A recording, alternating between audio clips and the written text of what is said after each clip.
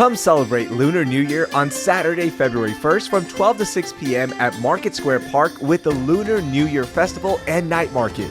There's going to be lion and dragon dances, a live DJ, cultural workshops by young audiences of Houston, and my personal favorite, a bustling rice market with street food and vendors.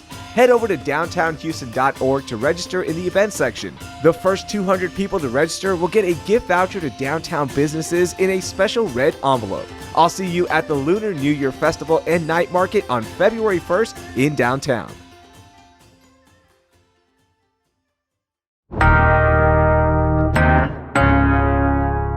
Today on CityCast Houston, this year is off to a rough start for Superintendent Mike Miles and HISD. We just discovered this week that his administration failed to get board approval on almost $1 billion worth of contracts.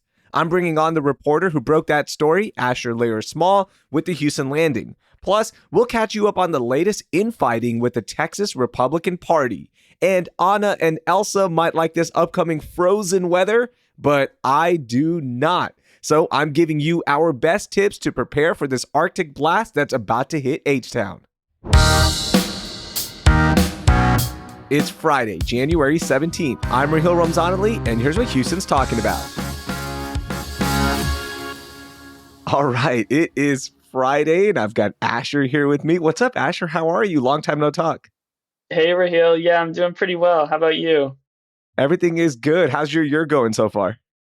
It's been busy, but, I can't complain. I'm from the Northeast, so I don't mind the cold that's hitting Houston right now. Oh, we're going to talk about this cold, but first, the entire city is so excited about tomorrow, which is the Texans playoff game against Kansas City. The Texans are heading up to Kansas City to take on Patrick Mahomes and the defending Super Bowl champions. Asher, I'm putting you on the spot. Give me a prediction for tomorrow's game. All right, let's get excited about this. Oh, man. I'm gunning for the Texans. I feel like I don't really have any numbers to put on this, but I'll just give it an arbitrary 24-21 Texans. Oh. I know that'd be a huge upset, but it'd be awesome to see. I'll be grilling with some friends and we'll have the game on, so I'm looking forward. I love the upset. I think it's going to be a lot closer than people predict. This defense is playing so well right now, but this is Patrick Mahomes and the Chiefs. Even though they've not been the same team this year, they're still really good. They're still really good, especially in the playoffs. I fear like they're going to turn things on, but I'm not too worried. I'm like you, I feel good about this. You know what? D'Amico Ryans is going to have the team ready, and imagine if they pull off this upset. This city is going to be going nuts around the Texans, and I love that.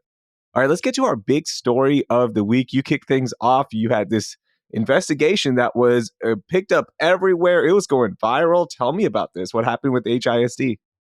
The long and short of it is that HISD greenlit about $870 million worth of spending without receiving board approval that they were required to get. Now, there's a lot of different ways to kind of see this and see its gravity. I know there are a lot of people who are really upset about this. But on the flip side, the superintendent says this was actually just an honest mistake, that they misunderstood board policy and that it was all budgeted for. So it doesn't actually affect the district's budget. What we're talking about is a really big transparency issue. So essentially, every month, the district sends certain purchases to the board for approval. We're talking about a type of purchases made through something called cooperative agreements. These are essentially things that let the district move through a process other than the traditional bidding process for vendors. And for these contracts, they would come every month before the board, and the board would, approve them most of the time. Sometimes they might make some changes, but then, that's kind of the oversight measure that would happen.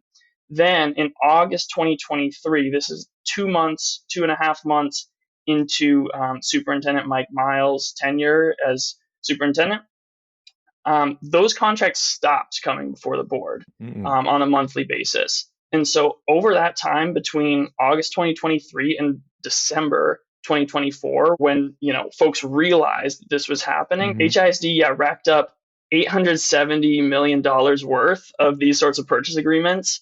And all of that came before the board for retroactive approval in December. And the board, they were set to consider in December. They kicked off the discussion. They went into 3 hours of closed session. So who knows exactly what they were talking about, but they came back, they tabled the issue. So we're following along to see where things go. Okay, I have so many questions, right? Number one, if this is something that was routinely done, why didn't somebody in the board say, like, hey, y'all, all these vendor contracts that we traditionally get, like, where are they? Why didn't they bring up something before we move to the Mike Miles side of things? Because I have a lot of thoughts on that. Why didn't somebody on the board say anything about, like, hey, are y'all not like getting these contracts? What's happening here? Totally, it's a really good question. It's one that I posed to several board members.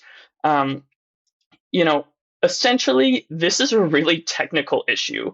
There are vendor contracts for other things that were still coming to the board. Mm-hmm. And my understanding is that at least some board members kind of weren't tuned into this difference between contracts through cooperative agreements and contracts through the traditional bidding process. And they actually just didn't realize that those contracts were no longer coming before the board. Okay. Essentially, what they told me, or what a couple board members told me, is like, look, it is on the superintendent and it's on the administration to follow board policy. We can't go and kind of check every little minute piece of their operations to make sure they're following board policy. The onus is on them. All right, let's get to Mike Miles, because basically here's what happens, right? He said that they didn't intentionally hide any agreements.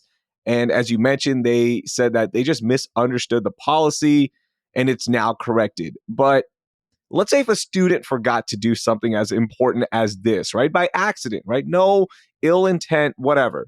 Would they be punished for it? I think they would be, right? Like, it would be a learning lesson. There would be accountability. Do you think there will be accountability, or has there been accountability so far with them missing this important step? Yeah, so I've asked that directly to Superintendent Miles the day this story came out. And specifically, what I asked is, has anyone been fired or disciplined in any way, any HISD employee? And he said, not yet. And that said, there are some measures that HISD is taking to make sure that this sort of thing doesn't happen again. For one, they said they already had an external auditor go through all of the purchases in question, and he said that audit came back clean. Okay.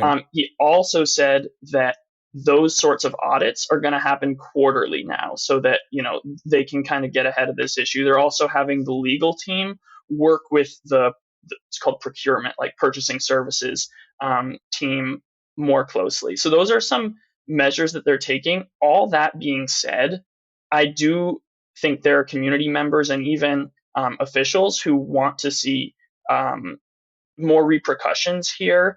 In fact, I've seen some community members and heard some community members calling for this to be an offense that leads to Mike Miles' termination. Yeah. In his contract, it does say that failure to follow board policy can represent a reason for cause to fire the superintendent. But who would fire him, right? Is it the state appointed board that is going to fire the state appointed superintendent? Like, the accountability is just like going in a circle. There's a loop here, right? Like, even if community members are saying, hey, this is a fireable offense, who's going to step in and do it? Is it going to be Mike Morath, the guy who put him in charge? I don't know. Those are the right questions to be asking. And I mean, it takes it back to like the reality of this situation in Houston ISD, Oh. which, goes back to a year and a half ago. What makes this so unique is this is the biggest state takeover of any district ever. And so there's not the same level of democracy. So these are different questions that how the procedure works out. One last thing on this story, the trust issue, right? Yeah. This is just another layer of not being enough trust with the state appointed leadership and the community, the people that really matter, the students, the parents, the teachers. How is this going to impact trust? Yeah, it's an important question. And what I will say is that as big as the number sounds, 870 million worth of purchase agreements didn't get board approval. I do think this is somewhat an insider issue. And the reality is we don't have evidence right now that there's been any negative repercussions for classrooms, for families on the ground. Again, this didn't impact the budget, at least as far as we know. So it's definitely not a good look. And I think people are rightfully upset that the Mhm. district didn't follow its own policy for so long, and that these purchase agreements racked up. But in terms of the overall trust, we already know it's at a not the highest level. Yeah. So this isn't going to help. But I don't want to overstate the significance of the issue. Gotcha. This is some great reporting, Asher, and awesome, awesome work. And we'll see what happens next. We'll be following along with your coverage of this as well. So awesome reporting, man. I just want to give you some credit as well. Thanks, Raheel. Appreciate it. I'm going to get to my big story. And I think by now we already know it's going to be really cold, like really, really cold to start Sunday and going all the way into Tuesday, where we could see some snow. And then Wednesday will heat up a little bit where, we'll be above freezing, but it's still going to be cold. So this is a moment just to let everybody know to wrap your pipes. And by the way, if you can't find that like gray insulation pipe thing that you put on, you can use a pool noodle, by the way. Just put those on. Those work great. Keep the water dripping, and of course, leave cabinets open to allow heat to hit your pipes, right, that are against the wall. So be mindful of everything. Bring in your plants that could freeze. Your pets, of course, don't leave them outside, because if you're cold, they're going to be cold. So, take these steps. Please be smart. Also, I want to just, mention that we're always thinking about our unhoused community, but especially now with these temperatures getting into the 20s, gosh, just thinking about them. And I know you're used to it. You don't mind the cold, Asher, but we don't deal with cold well here in the city of Houston. No, it's definitely a brutal time. Certainly, a brutal time to not have shelter. Yeah. But even personally, I'll say that I am used to the cold, but I don't have a winter coat down here, so I'm a little worried Yeah. for Yeah. for what the temperatures are going to look like. So yeah, it's tough. It is tough. Now, I know with snow expected on Tuesday, everyone immediately starts thinking about Winter Storm Uri and those images, at least for me. I know I do. Now, is the grid going to hold up or not with increased demand? ERCOT CEO said that they've added more capacity, but analysts are saying that the problems that we saw during Winter Storm Uri 4 years ago, they're not completely solved. Okay. So please be ready for anything. Hopefully, ERCOT can, hold up and provide enough energy and things are okay on the grid. So we're watching that as well with these cold temps approaching. Okay, Raheel. Well, I'm glad you're tuned into those the hard hitting questions. I'm wondering about if we're going to get a snowball fight in there. So catch us out of the park. I hope we have enough snow for that, right? Like usually it's just like a little sprinkling of snow. But yeah, if we get some accumulation, I'm down for a snowball fight.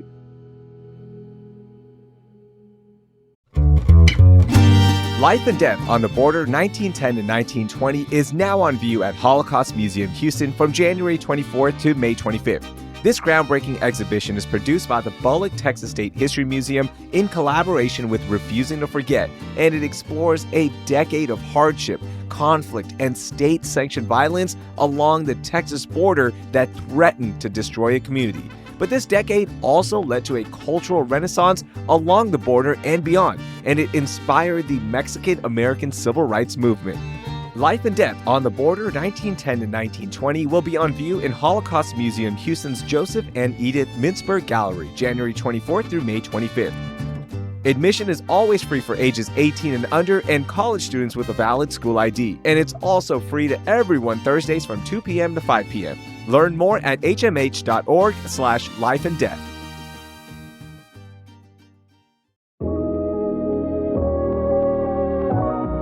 The Museum of Fine Arts Houston presents Living with the Gods, Arts, Beliefs, and Peoples. To celebrate its centennial, the museum has organized a once-in-a-lifetime exhibition that features extraordinary objects made by artists to communicate with their gods. Living with the Gods represents a vast array of religions and beliefs, with art created across cultures and across thousands of years. The 200 objects demonstrate the astonishing quality that artists have achieved when driven by passion and faith. Living with the Gods is on view from October 27th through January 20th, 2025. Visit mfah.org/livingwiththegods to learn more. That's mfah.org/livingwiththegods.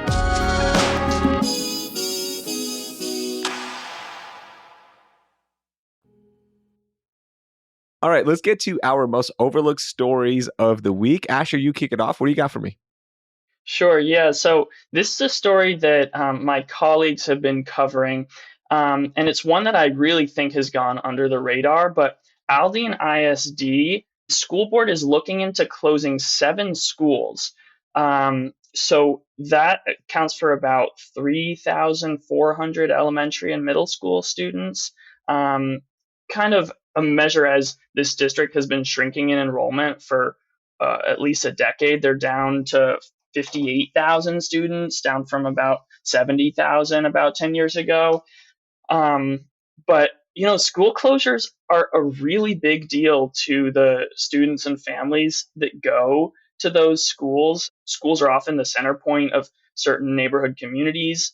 And although the district is saying this is going to save them a good amount of money, like this is a really big decision for community members to, have some sort of say in. And what's been unusual about the way Aldine has gone about it up to now, at least, is they've been kind of slow to disseminate information to the public. Their initial plan about the closures had no planned community meetings. And some of my colleagues have been speaking to families out there who said they didn't know that was even in the cards. Usually, when a district is planning to close schools, it's kind of a thing that oh, this is a budget thing and we need to do it. We're declining enrollment. Um, and even though it's really unpopular, it goes forward. But sometimes the community pushback can change things around. Like in Fort Worth, there were school leaders that did away with their plans to close campuses after public pushback. So that's kind of why I'm calling this an overlooked story, but a really important one. That is so wild, right? And I want to get into that budget in a second. And Aldine ISD, which, by the way, just North Houston, the Bush Airport is within that ISD area, and it is one of our poorest districts in the region. And I want to get to this budget because you mentioned that, if they close these schools, they will save an estimated $32.5 million per year. But right now, the district ran a $65 million deficit in 2023 and 2024. And then they passed a budget for this fiscal year with nearly $100 million in deficit. This is so scary. And is there any signs of the state helping? Is there any help on the way? Because even with these closures, you're still operating in a deficit, and that can only go on for so long with their rainy day fund. I don't know what that number is at, but it sounds like you can't operate this way. Totally. Aldine ISD is just one of many school districts that are facing really difficult budgetary situations because you see the declining enrollment. That's like a reflection both of long time declining birth rates plus a lot of families choosing charter schools, and that sort of situation we're seeing in a lot of districts. So because schools are funded in a way such the number of students they serve, their total funding is reflective of that. As they're losing students, they're losing money. And what a lot of us, certainly including myself, are watching into this legislative session that's coming up is whether the state will bump up the amount of money they send to schools per student. Mm-hmm. That number hasn't changed since 2019. And as all of us know, there's been a lot of inflation since 2019. The price of groceries, the price of construction, those things are not the same.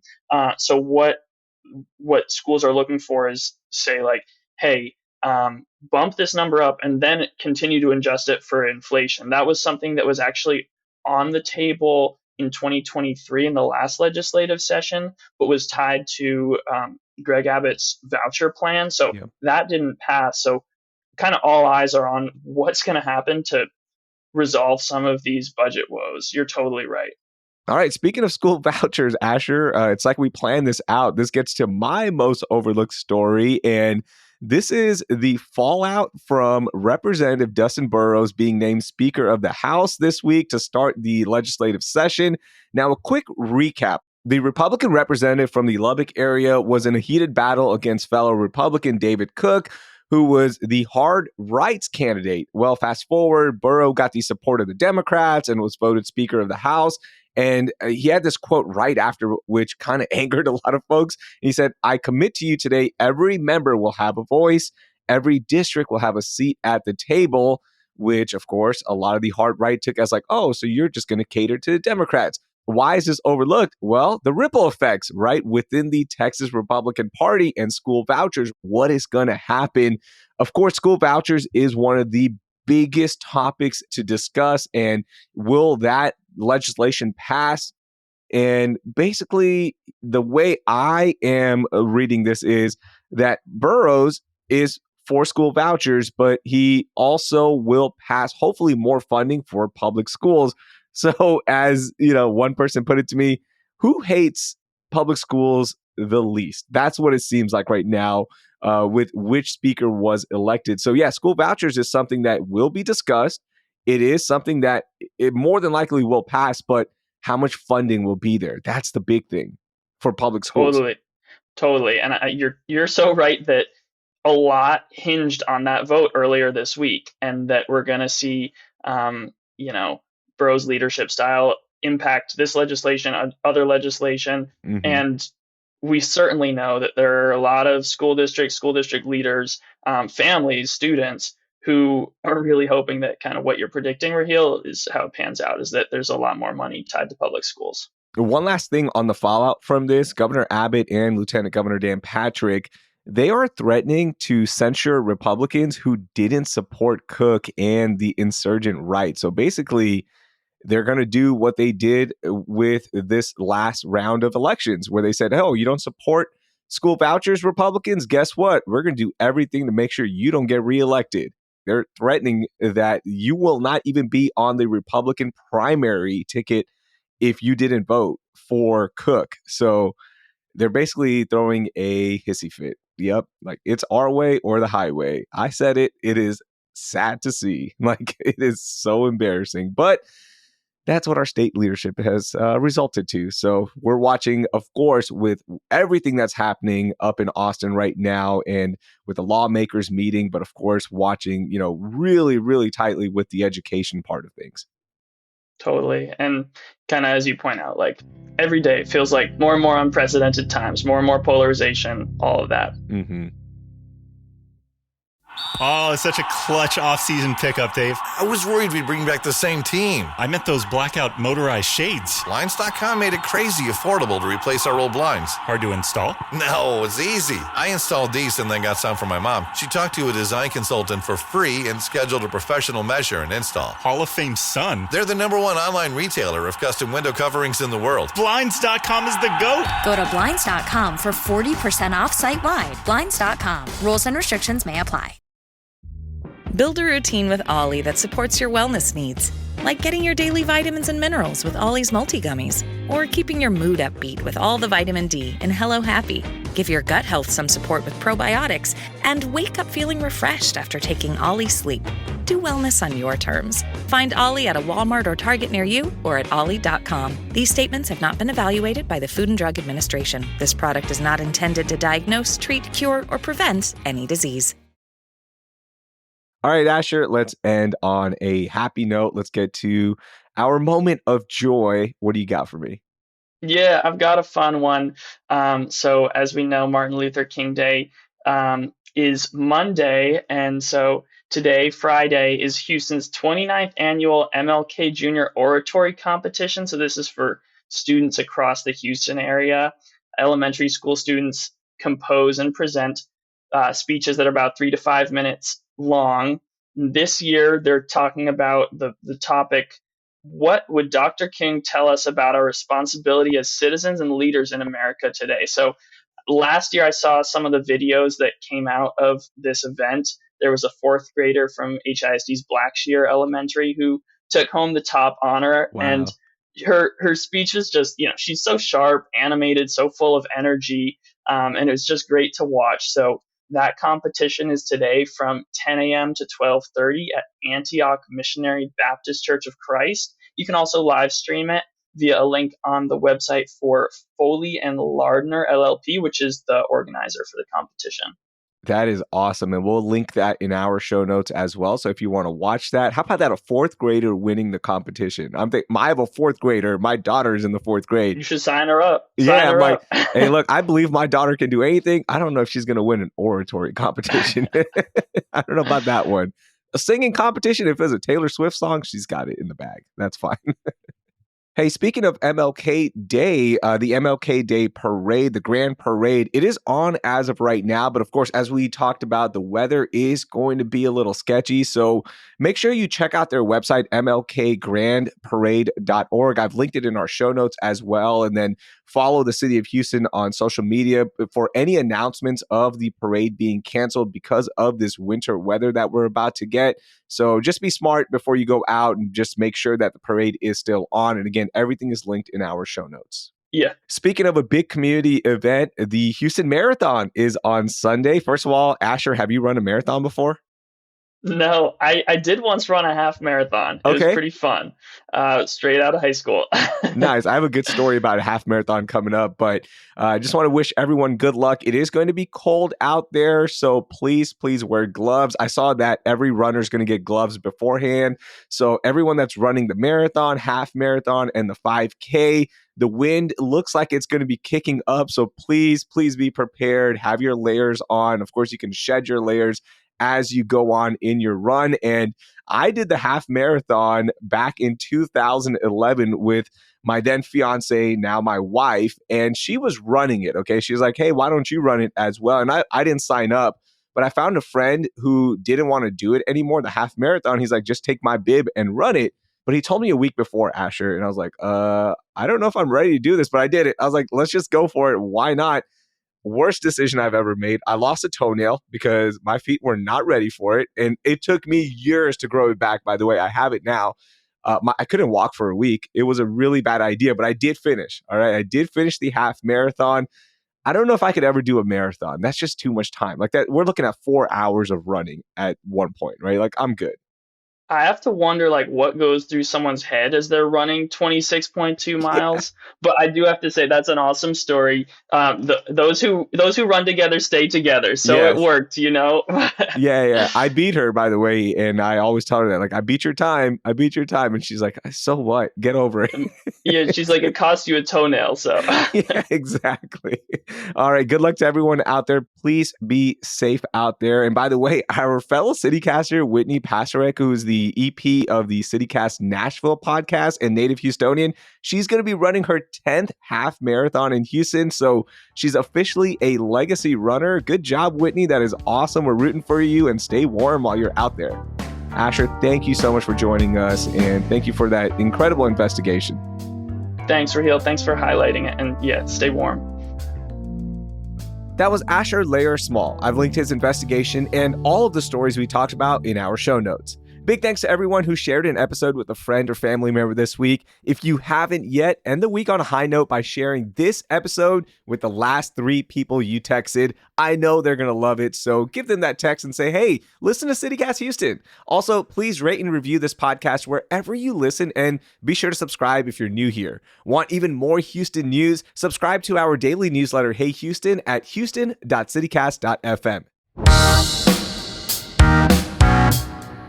That will do it for this week here on CityCast Houston. Our newsletter editors this week were Natalia Aldana, Francisco Kilgore, and Brooke Lewis. Our producer is Carleon Jones. Our executive producer is Laura Isensee, and I'm your host, Raheel Ramzanali.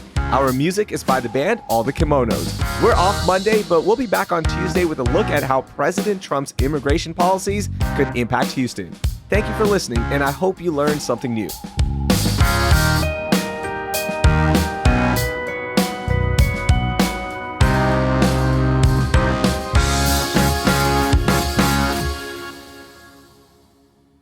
Four-year toenail injury is wild. That's really tough. Literally, it fell off and it didn't grow back. It took me 4 years to grow. Like, it took that long to grow back.